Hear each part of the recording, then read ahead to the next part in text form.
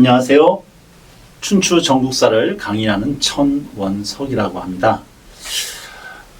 춘추 전국사, 중국의 가장 혼란스러웠던 기간이죠. 이 춘추 전국사에서 우리가 알고 있는 수많은 제자 백가들의 사상이 여기서 나왔습니다.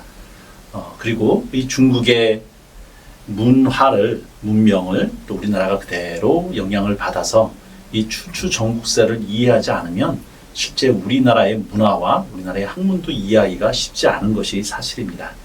그런 의미에서 우리가 왜 역사, 특히 중국사를 배워야 하는가라고 하는 질문을 던질 수가 있는데요. 우리가 먼저 역사라고 하는 것은 우리가 전철이라고 하는 단어를 씁니다. 누구의 전철을 밟았어? 라고 얘기할 때 이 전철은 앞전자에 수레철자, 바퀴철자입니다. 수레바퀴라고 얘기를 하는 겁니다. 누군가 앞에 이미 수레바퀴, 바퀴를 끌고 가니까 바퀴 자국이 남겠죠? 역사는 누군가 이미 걸어갔던 그 길을 따라가는 것이다. 또는 감자라고 하는 단어를 쓰기도 합니다. 거울감자입니다. 역사라고 하는 것은 우리가 거울을 볼 때 나를 비춰보듯이 역사를 통해서 우리의 삶을 비춰보고 우리의 행동을 비춰보면서 본받아야 된다. 그런 의미에서 역사를 공부합니다. 그래서 순항사 지례자라고 하는 얘기를 쓰는데요. 역사는 현재를 비추는 거울이자 미래를 제시하는 나침판이다 라고 하는 의미입니다.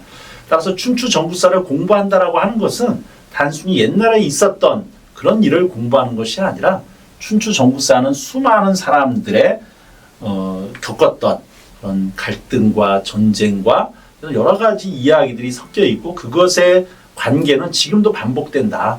그래서 그 당시에 수많은 치열했던 삶을 지켜보면서 오늘날 우리의 모습 또 우리나라와 둘러싼 세계 열강들의 그 관계 속에 우리가 어떤 길을 가야 될지를 지켜보는 그런 거울이 될 수 있다. 그런 의미에서 우리가 춘추 전국사를 배워야 되는 의미가 있습니다. 멀리 나라까지 생각할 필요 없이 우리 삶도 새 아래 새 것이 없다고 하였듯이 이 춘추 전국사를 보면서 우리가 오늘 어떻게 살아야 될지에 대한 단초 해답을 얻을 수 있는 것이 이 춘추 전국사라고 할 수가 있습니다. 이 시대를 잠깐 살펴보면 중국의 역사는 선사시대와 역사시대로 나눠집니다. 선사시대라고 하는 것은 기록에는 있는데 유물이 없는 것, 유물로 증명되지 않은 것을 선사시대 그랬고 역사시대는 기록과 함께 유물로 그 기록이 증명되었을 때 역사시대로 들어가게 됩니다. 중국의 선사시대는 사망오제로 시작해서 하나라를 최초의 왕족을 하고 시작을 합니다. 그리고 이 하나라 다음에 상나라 또는 은나라라고 듣죠. 그리고 나서 주나라로 시작이 됩니다. 이때 이 주나라는 상나라를 멸망을 시키고 주나라로 됐는데 이 주나라는 서주와 동주로 나눠집니다. 서주라고 하는 것은 서쪽의 주나라, 원래 호경이라고 하는 곳이 이 주나라의 수도였는데 어느 날 이 주나라에 오랑캐가 쳐들어와서 이 수도를 정복을 해버립니다. 나중에 오랑캐가 물려난 다음에 오랑캐가 우리 수도를 점령했었어. 마치 우리 집에 도둑이 들어왔었어. 기분 나빠서 못 살겠어. 우리가 이사 가자. 그래서 수도를 낙양으로 옮기게 됩니다. 이때 호경이었던 서쪽에서 동쪽이었던 낙양으로 옮겼다. 그래서 호경시대를 서주시대, 동쪽으로 옮겼다 동주시대라고 합니다. 이때 옮겼던 동주시대의 역사가 BC 770년입니다. 이 770년 이 시기부터 춘추 전국시대가 시작이 됩니다. 언제까지요? 진시황에 의해서 BC 221년 최초의 중국이 통일됐던 시기, 이 시기까지의 대략 550년의 기간을 춘추 전국시대라 이렇게 부릅니다. 세계사적으로 보면 BC 트로이 전쟁이 BC 1200년에서 1100년 사이 그러니까 상나라 시대였다는 거죠. 이 시대에서 그 다음에 호모가 등장했던 시기가 동주와 서주가 나눠졌던 이 시기에 호모가 등장해서 이제 우리가 알고 있는 일리아드와 오디세이 이야기가 집필되었다라고 얘기를 하고요. 이 춘추 전국 시대 때 서양 그리스 유럽에서는 페르시아 전쟁, 펠로폰네소스 전쟁, 알렉산드의 정복 전쟁, 그 다음에 로마에 의한 포에니 전쟁이 계속 시작이 되었던 시기였다. 이렇게 세계사적인 시대, 그 다음에 중국의 시대까지 같이 보시면 될 것 같고요. 우리나라는 이 시기에 어떤 시대였겠습니까? 고조선 시대였겠죠. 자, 이 시기를 액츄얼 에이지, 추계 시대라 이렇게 부르고 합니다. 이 추계 시대라는 얘기는 칼 야스퍼스가 그의 제 역사의 기원과 목표라고 하는 곳에서 이야기한 건데요.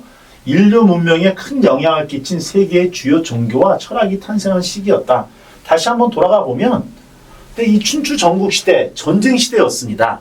동양에선 춘추 전국시대라고 하는 살육과 전쟁이 550년 동안 진행이 됐는데, 서양에서도 보면 페르시아 전쟁, 펠레폰누스 전쟁, 그 다음에 알렉산드의 정복 전쟁, 포에인 전쟁, 계속해서 전쟁의 시기였죠. 근데 전쟁의 시기였는데 춘추 전국시대 때 뭐가 일어나요? 공자, 맹자, 양자, 묵자, 도자, 이런 우리가 알고 있는 제자백가라고 하는 엄청난 동양 사상의 흐름이 이 시기에 일어납니다.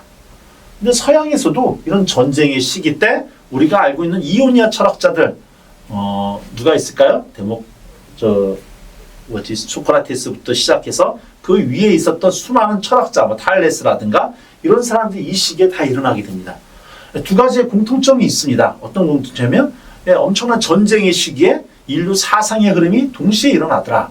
그리고 이 시기에 이란에서는 조로아스터교라고 하는 그 시기가 많이 일어나게 되죠. 사상이.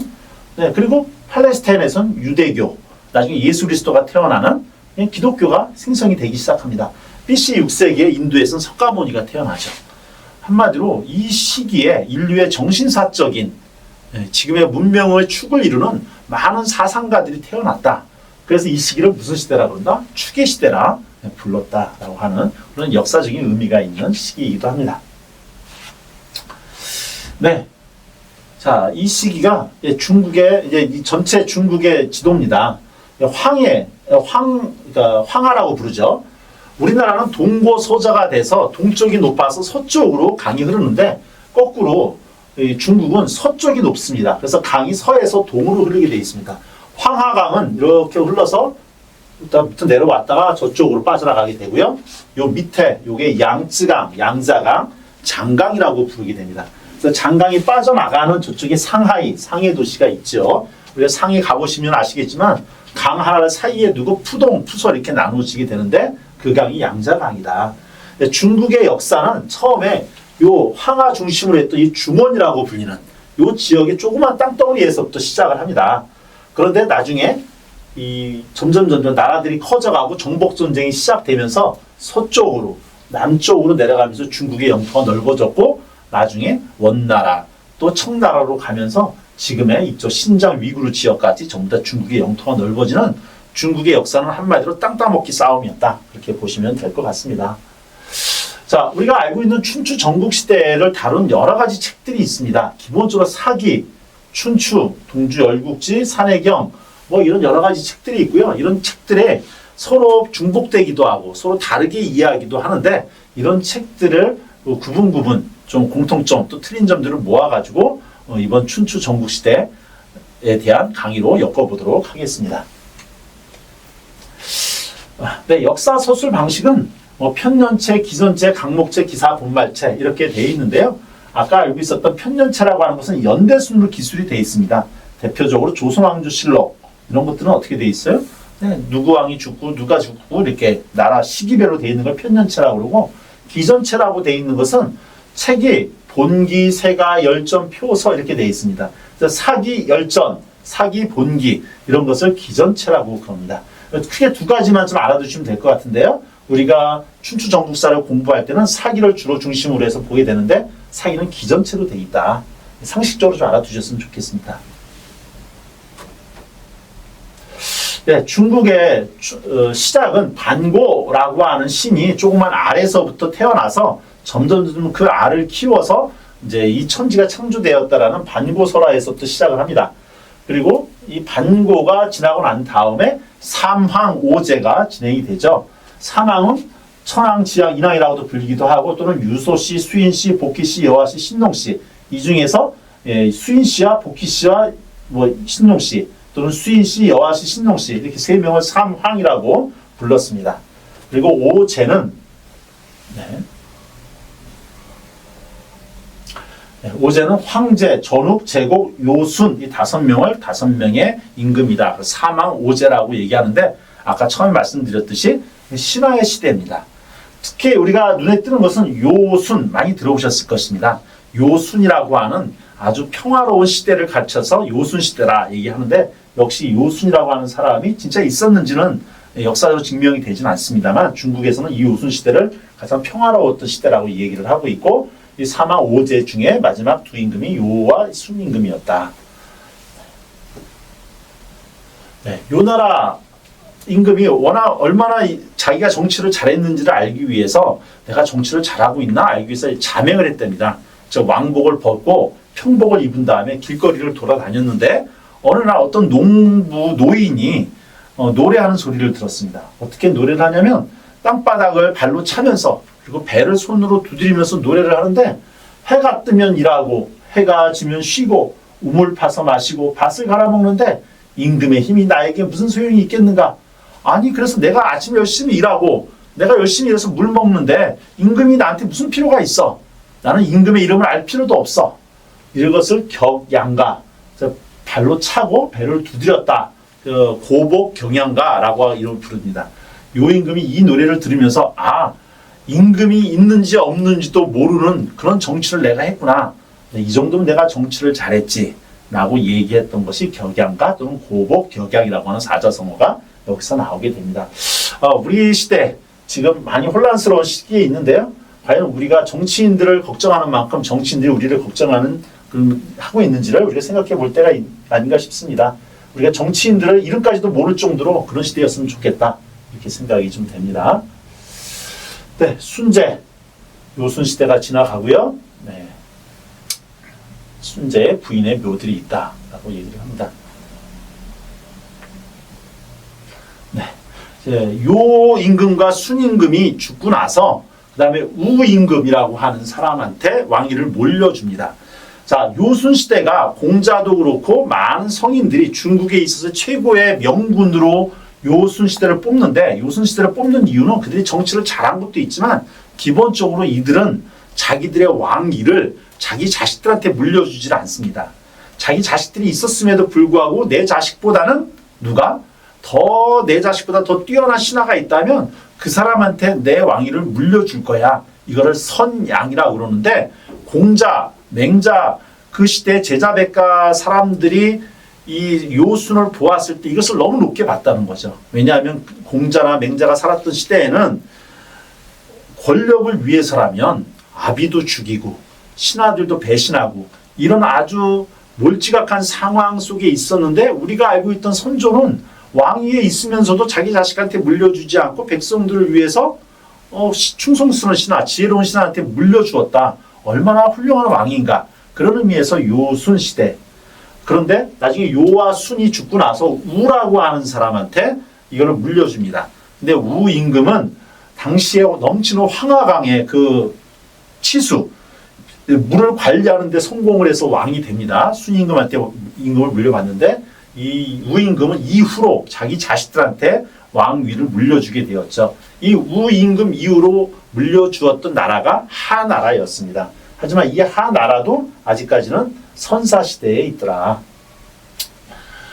그래서 공자님은 우가 없었다라면 우리는 물고기가 되었으리. 우는 1분 1초도 아까했다네. 이런 정도로 우임금에 대해서 넓게 인정을 하고 있습니다만, 이 우임금은 결국 나중에 선양이 아닌 이제 자식들한테 왕위를 물려주는 그런 역할의 첫 번째 중국 왕조를 이루게 되었다. 근데 이 땅이 처음에 이 황하를 중심으로 해서 이 지역이 처음에 이 노란색 색깔이 중기 조그만 땅이었는데, 나중에 춘추 전국 시대를 지나가면서 양자강 이 시기까지도 국가가 팽창이 됩니다.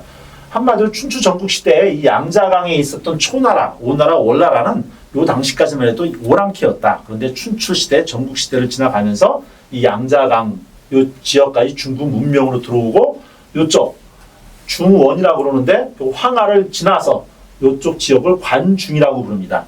진시황의 진나라가 여기에 있었는데 이 지역까지도 중국의 역사로 들어오게 되죠. 네, 그리고 지금은 이렇게 넓어졌다. 네, 하왕조, 말씀드렸듯이 우 임금이 세운 기록으로 전하는 중국 최초의 국가를 이야기를 합니다. 네, 순에게 선양받았던 우가 BC 2070년에 경국했다라고 이야기를 되고 있습니다. 자, 그런데 이 하나라가 432년 동안 존속을 하는데 누구에 의해서 망하냐면 네, 이게 우임금입니다. 조상하고요. 네, 맨 마지막 하나라의 걸왕이라고 있습니다. 이 걸왕이라고 하는 왕이 말희 또는 매희라고 하는 여자한테 푹 빠집니다. 그런데 이 매희라고 하는 여자는 비단 찢는 소리를 그렇게 좋아했대 그래요. 그래서 걸왕은 자기의 애첩인 마리를 기쁘게 하기 위해서 비단을 쌓아놓고 비단을 옆에서 찢게 했답니다. 지금도 비단은 비싼 옷감인데 이 당시에는 전부 다 사람들이 수공업으로 했겠죠. 생산도 많지 않았을 겁니다. 그랬던 귀한 물자를 한 명의 여인을 기쁘게 하기 위해서 찢었다. 엄청난 낭비였겠죠. 그래서 결국 걸왕은 쫓겨나서 죽음을 당하게 됩니다. 나라를 위태롭게 만들었던 여자 말희였습니다. 이 걸나라가 걸왕을 쫓아내고 그래서 하나라를 무찌르고 왕이 된 나라가 상왕조입니다. 다른 말로 은왕조라고도 얘기를 하는데요. 상왕조부터는 유물로 실증되는 중국 최초의 국가라고 할 수 있습니다. 한마디 역사 시대로 들어가죠. 자, 하나라의 거랑을 몰아내고 건국을 했습니다. 이때까지만 해도 청동기 시대였어요. 자, 이 은나라는 우리가 알고 있는 갑골 문자에 의해서 증명이 된 나라입니다. 갑골 문자라고 하는 것은 거북이 등껍질 또는 짐승의 뼈를 태워서 거기에 금이 간 것으로 점을 쳐서 나라를 다스렸던 재정일치 사회였고요. 기본적으로 사람 인신 공양을 하기도 하고 순장 제도가 있었던 나라이기도 했습니다. 그래서 제사 지낼 때 각 나라 사람 50명을 제사 지낼까요? 35명에게 목을 올릴까요? 여자를 태워 제를 올릴까요? 이런 것들이 갑골 문자에 나와 있습니다. 이 갑골 문자가 발견된 것이 이 상나라라고 하는 나라의 5번째 수도였던 은 지역에서 발견되었다. 그래서 그걸 은허라고도 부르죠. 그래서 이 나라를 상나라 또는 은나라라고도 불렀습니다. 자, 그런데 이 은나라, 상나라도 마지막 30대 왕이 주왕인데 주왕도 달기라고 하는 여자한테 폭 빠집니다. 아까 하나라가 거왕이 말리한테 빠지듯이 은나라에서는 주왕이 달기라는 여자한테 빠집니다. 이 달기도 워낙 포악한 여자라 주지육림 들어보셨죠? 나무를 세우고 그 나무에다가 고기를 걸어놔요. 육림이죠. 땅을 파서 연못을 만들고 그 연못을 술로 채웁니다. 그리고 거기에다가 남녀를 벌거벗겨서 음탕한 짓들을 하면서 즐겼다. 그래서 주지육림이란 말이 거기서 나왔고 포락지형 사람을 죽이는데 불이 기둥을 뜨겁게 불태우고 거기다가 기름을 바릅니다.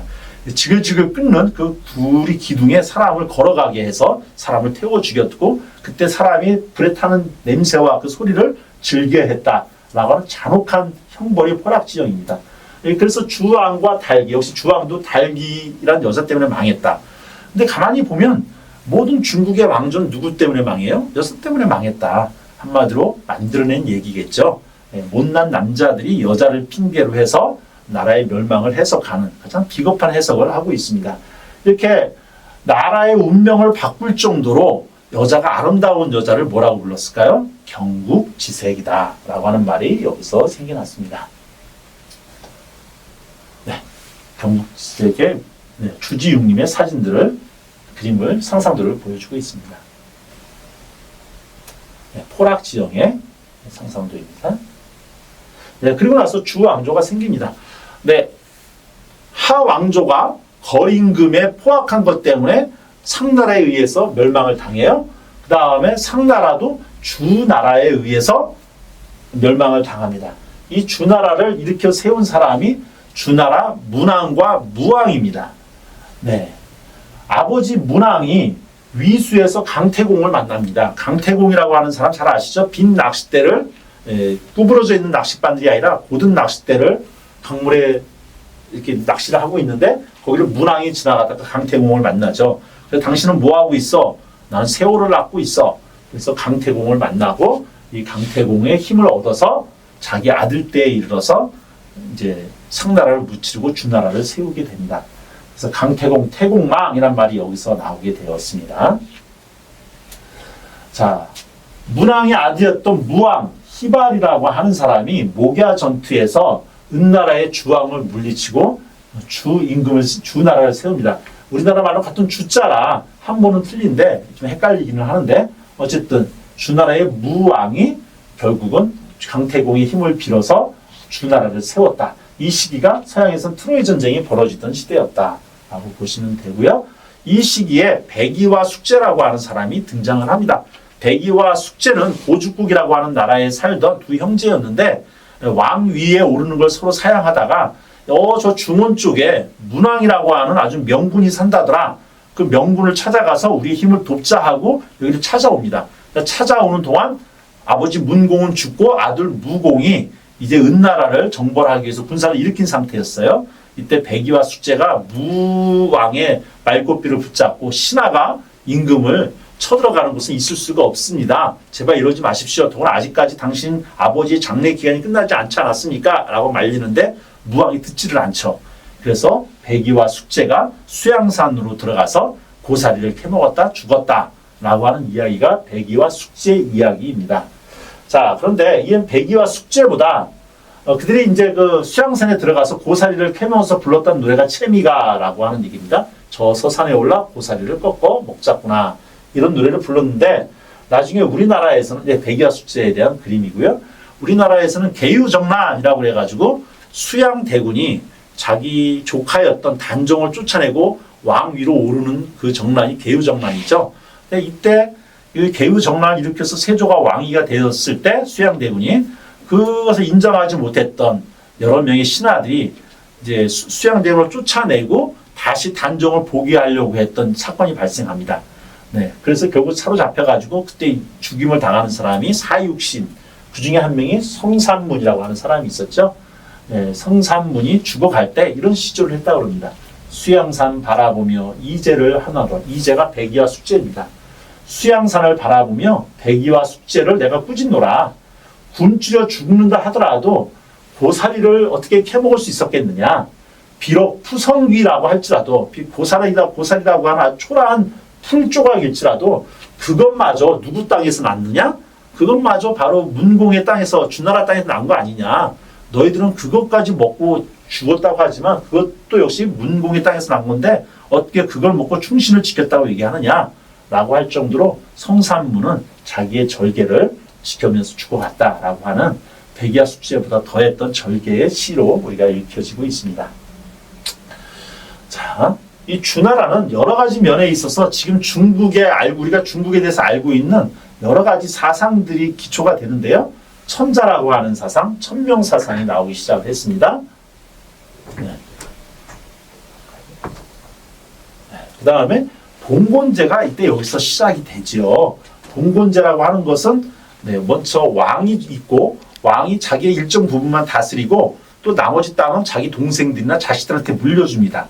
그러면 그 땅을 받은 동생들은 거기서 또 자기의 자식들이나 동생들한테 또 옆에 있는 땅을 물려주는 이것을 봉건제라고 얘기를 하는데 서양의 봉건제와 차이가 있다면 중국의 봉건제는 혈연제도로 이어졌다. 그래서 가장 자기의 자식들, 형제들로 이어진 혈연제도였다. 그런데 문제는 이 봉건제도는 처음에는 강력하게 작동을 합니다. 근데 시간이 지나가면서 피가 묽어지게 되죠. 피가 묽어지게 되니까 비록 친척간이었지만 같은 성씨였지만 나중에는 성씨의 개념이 없어지고 실력이 있는 사람들끼리 서로 나라를 치고받고 싸우는 그런 시기가 열리는데 그 시기를 배경으로 했던 것이 춘추 전국시대였다 생각하시면 될 것 같습니다. 여기는 공작, 후작, 백작, 자작, 남작이라고 하는 5단계 관직이 이 춘추 전국시대 때, 주나라 시대 때 이루어졌던 그런 작이었었고요. 이것을 일본 사람들이 서양의 듀크, 마리쿠스, 카운트, 비스카운트, 바이런 이런 것들을 이제 주나라 시대의 공무백자나무로 연결시키다 보니까 우리가 달단양, 삼총사에 나오는 공작, 후작 이런 것들이 서양의 관직으로 알고 있는데 실제로는 중국 시대의 관직이었다. 여기까지 잘 알아두시면 좋겠습니다. 이때는 왕이 있고 왕 밑에 제후들이 있었습니다. 제후 밑에 경대부라고 하는 관리들이 있었고 이 경대부들을 도와주는 실질적인 이제 행동대장이라고 할 수 있죠. 군인들 지금 선비라고 할 수 있는 사라고 하는 직업이 있었고요. 그 다음에 일반 농사를 짓는 민, 그 다음에 노예의 신으로 신분제 사회였다. 이렇게 보시면 되겠습니다. 자, 이 주나라가 한참 잘 나갔는데 유왕이라고 하는 이 왕도 역시 포사라고 하는 여자한테 홀딱 빠지게 됩니다. 걸왕이 마리한테 빠지고 다음에 주왕이 달기한테 빠지듯이 유왕이 포사란 여자한테 빠져요. 근데 이 포사란 여자는 웃지를 않았다 그럽니다. 그래서 유왕이 이 포사를 웃기게 하기 위해서 어느 날 봉화를 올려요. 봉화를 올려는 것은 원래 긴급한 상황에 봉화가 올라가면 주변에 있던 제후들이 달려와야 되는데 이 유왕은 포사란 여자를 즐겁게 하기 위해서 단순히 장난으로 봉화를 올리죠. 그 봉화를 보고 달려왔던 군사들을 보고 포사가 막 웃습니다. 그래서 그 이후로 유왕은 포사를 즐겁게 하기 위해서 봉화를 올리는데 몇 번 그렇게 올리다 보니 실제 진짜 난리가 났을 때 제후들이 달려오지 않았다. 마치 양치기와 늑대 이야기, 그거의 중국 버전을 보는 것 같죠. 결국 그래서 유왕이 실제로 요랑캐가 쳐들어왔는데 유왕이 봉화를 올려도 제후들이 달려오지 않습니다. 그래서 유왕 시절에 이 주나라의 수도가 함락이 됩니다. 그리고 아까 말씀드렸듯이 나중에 이 오랑캐가 물러나고 나서 이제 이 수도를 어디로 옮겨요? 낙양으로 옮기게 됩니다. 그래서 이 유왕에 의해서 봉화가 올리는 걸 보면서 웃고 있는 포사의 그림이고요. 실제 중국에 가면 이런 포사의 동상이 서 있습니다. 그리고 나서 아까 말씀드렸듯이 춘추 전국시대라고 하는 것은 어떻게 시작이 되었다? 주나라의 수도가 호경에서 낙양으로 옮겼다. 서주에서 동주로 옮긴 시기 BC 770년부터 춘추 전국시대가 시작되었다고 보시면 됩니다. 춘추 전국시대 전체적인 계략만 말씀을 드리고 오늘 이 인트로 영상을 좀 마치도록 하겠는데요. 춘추 전국시대는 춘추시대와 전국시대로 나눠집니다. 춘추시대는 BC 770년에서 BC 403년, 전국시대는 BC 430년에서 403년에서 진시황이 통일했던 BC 221년까지입니다. 이때 403년은 어떻게 나왔느냐? 춘추시대 때는 춘추 5패라고 해서 5개의 강력한 나라가 있었습니다. 제나라, 진나라, 초나라, 오나라, 월나라, 이 5개가 있었던 시대를 춘추 5패라고 불렀는데요. 전국시대 때 이 춘추 5패 중에 하나였던 진나라가 한나라, 위나라, 조나라로 3분할이 됩니다. 그래서 진나라가 세 나라로 갈라진 시기가 BC 403년이다. 이 시기까지를 춘추시대라고 부르고 이 세 나라로 갈라져서 5나라가 아닌 총 7개 나라, 제나라, 한나라, 위나라, 조나라, 진나라, 연나라, 초나라 이렇게 된 나라를 전국 7웅이라고 부르는 이 시대, 춘추시대와 전국시대로 나누게 되는 분기점이 되었다. 다시 한번요. 유래는 주나라가 수도를 낙양으로 천도하면서 춘추시대가 시작되었다면 진해 삼국 분할까지, 그리고 진해 삼국 분할부터 진시황의 천하 통일까지를 전국시대다. 이렇게 보시면 되고요. 춘추라고 하는 이름은 어디서 나왔느냐? 공자가 지은 춘추라고 하는 책에서 유래되었다. 춘추라고 하는 책은 공자의 고향인 노나라입니다. 노나라, 자기 나라의 역사를 기록한 책이 춘추라고 하는 책이었습니다. 그래서 이 시기에서 춘추시대는 걸 따왔고요. 한나라 시대 때 유향이라고 하는 사람이 전국시대의 나라들의 몇 개의 나라들의 역사를 기록한 책이 있습니다. 그걸 전국책이라고 합니다. 여기서 전국이라는 이름을 따와서 춘추 전국이다 라고 이름을 지금 붙이고 있습니다. 춘추시대 때의 주요 사상은 있다면 조왕양입니다. 이때 왕은 주나라 왕입니다. 양이라고 하는 것은 오랑캐를 막아준다.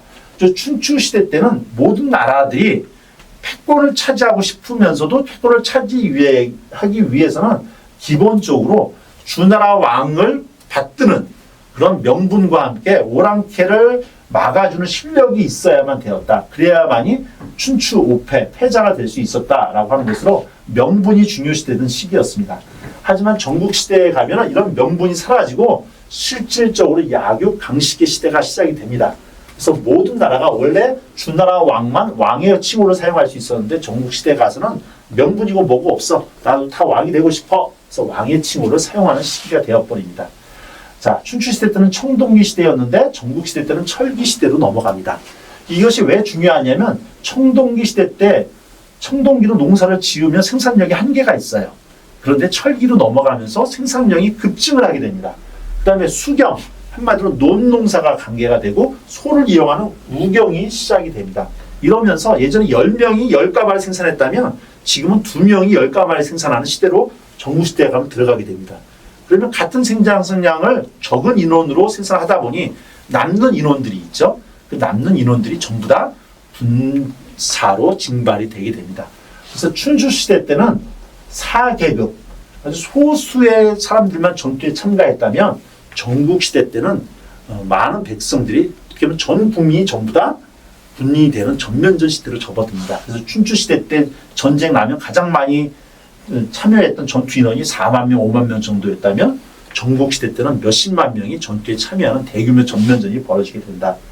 그리고 이 춘추시대 때, 춘추 전국시대 때 아까 추계시대를 설명하면서 지금 동양 사상이 다 일어나게 되었다고 그랬는데 춘추시대 때 노자, 공자가 이 춘추시대 사람이라면 전국시대 때는 묵자, 맹자, 장자, 순자, 한비자 등이 전국시대 때 일어나게 됩니다. 자, 그래서 춘추 전국시대는 전쟁의 시대였지만 또 한편으로는 사상의 시대였다. 이렇게 전체적으로 춘추 전국시대의 개괄을 아시면 되겠습니다. 그래서 앞으로 춘추시대와 전국시대를 설명할 때는 춘추시대는 춘추 5패, 제나라, 진나라, 초나라, 오나라, 월나라를 중심으로 어떤 인물들이 일어났고 어떻게 패자가 되었으며 어떤 과정을 거쳤는지를 설명하게 될 거고요. 전국시대도 마찬가지로 이 전국 칠흥을 중심으로 해서 이 나라 7개 나라가 어떻게 서로 연관을 맺으면서 서로를 물어뜯고 전쟁을 하다가 결국 진시황에 의해서 멸망이 되었는지를 설명하는 것이 전추시대와 전국시대의 전체 강의의 기본적인 내용이 될 것 같습니다. 하나하나의 내용은 상세하게 우리 교실에서 선생님들과 같이 배면서 공부를 했으면 좋겠습니다. 네, 오늘 춘추시대, 전국시대, 춘추 전국시대에 대한 전반적인 개괄에 대해서 설명을 마치도록 하겠습니다. 감사합니다.